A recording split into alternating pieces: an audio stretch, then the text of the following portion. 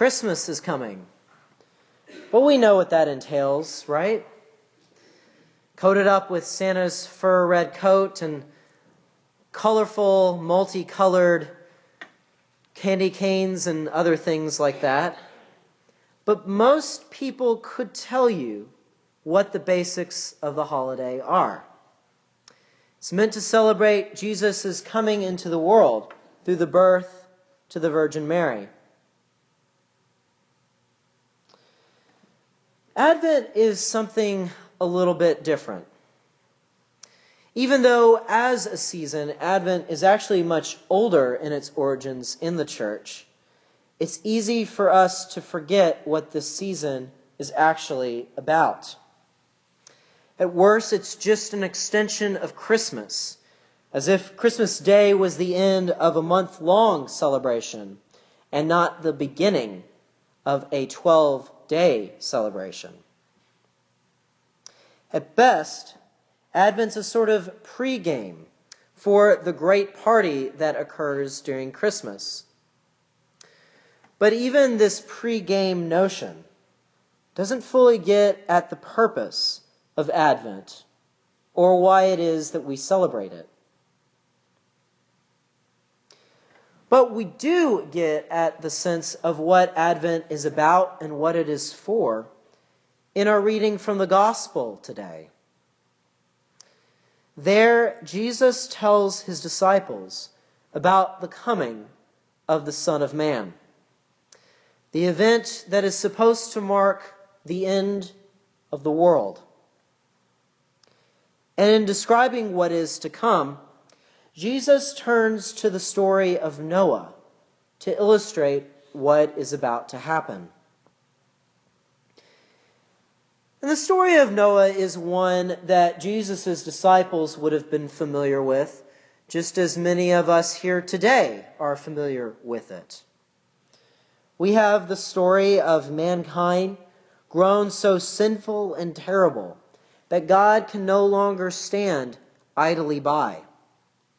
He decides to send a mighty flood to cleanse the world and start creation anew. But God does find one righteous man in the midst of a terrible and sinful mankind, Noah. And he tells Noah what to do. He is to build an ark, a giant ship, which will house himself, his family, and enough animals needed to repopulate the world. It's not simply that God reaches out and protects Noah. It's not simply that God strikes down everyone else but Noah. Because what God does affects more than a few. The flood affects all, even Noah. It's just that Noah wasn't sitting idly by, merely eating and drinking like the rest of the people around him. He was preparing. He was making sure that he would be ready for the time to come.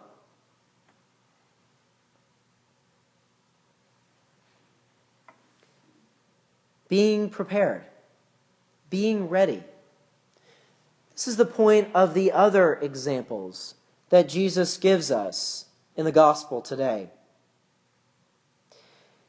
Because as Jesus says, the end will come like a thief in the night. But if we knew the robber was going to come, wouldn't we make sure that none of our possessions would be taken? Wouldn't we have the police on standby and a bat in hand, ready to make sure that he or she coming wouldn't steal anything that belonged to us? If we knew something bad was coming our way, wouldn't we make sure that we were ready to take it on, to keep it from harming us? And that, Jesus is saying, is what we need to do when the coming of the Son of Man occurs. We need to make ourselves ready. we need to be prepared. And so we can now read the second example that Jesus gives us in a different light. 2 people in the field with one taken and one left behind. This isn't the so-called rapture that modern apocalyptic book series would have us believe in. This isn't the supposedly biblical notion that when the end comes, only half of the world will be taken up before the final end. What Jesus is saying is this: the Son of Man will come. Some will be ready for him, and they will go with him. Others will not be ready. They will not be watchful. They will not heed the command of Jesus to stay awake. And they will miss Jesus coming for them. They will be left.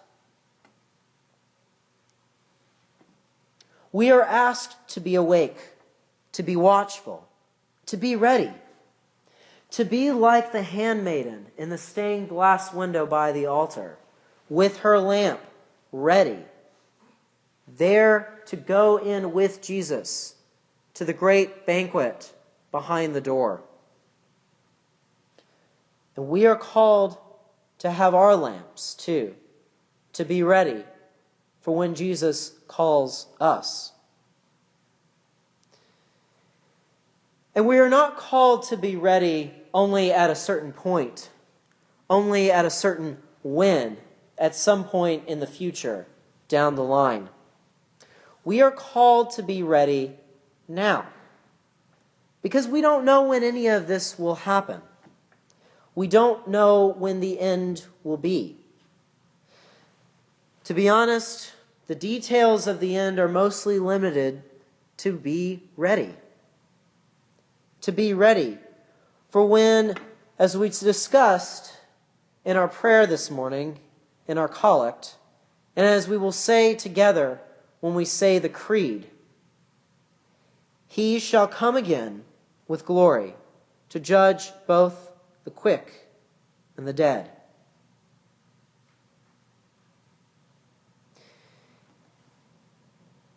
And herein lies the true meaning of Advent. To be prepared. And that is the purpose of this season, to help us be prepared. To help us to bring Jesus into our hearts, to prepare a place for Jesus to reside in us, as we symbolically prepare a place for the Christ child to come in on Christmas Day. In many ways, like you'll see in your leaflets this morning, Advent is like Lent. It is a time for us to prepare ourselves to fully listen to Christ Jesus. It is a time for us to get ready to accept his coming into the world with all the glory and grace that entails for us. Advent is the time for us as Christians to start anew and to prepare ourselves to be vessels of God's glory in the world. Because this is the beginning of the new year for us, which we celebrate today by moving away from the old lectionary year, year C, to the new year with its new readings, year A. And so, in this season of renewal, in this season of preparing ourselves and of listening, I challenge you all during this season of Advent to not be too anxious, to not be too far looking ahead to Christmas, except in preparing for Jesus Christ to come into your hearts during this time. Just as he came into the world, a tiny child, waiting for us to accept him. And I ask that you take this time to stop to listen in the midst of the various parties and preparations you make for Christmas Day. Remember what this time is truly about. It's not about the decorations and gifts as the world outside these walls would have us believe. It's about stopping, listening, and taking time to let Jesus Christ into our hearts. It's about fulfilling our baptismal vows and letting Jesus Christ permeate through our lives, our actions, and our very selves. It's about giving ourselves over to the God who loved us so much that he was willing to come into the world as a tiny, vulnerable baby, just so that he could bring us all back to him once again.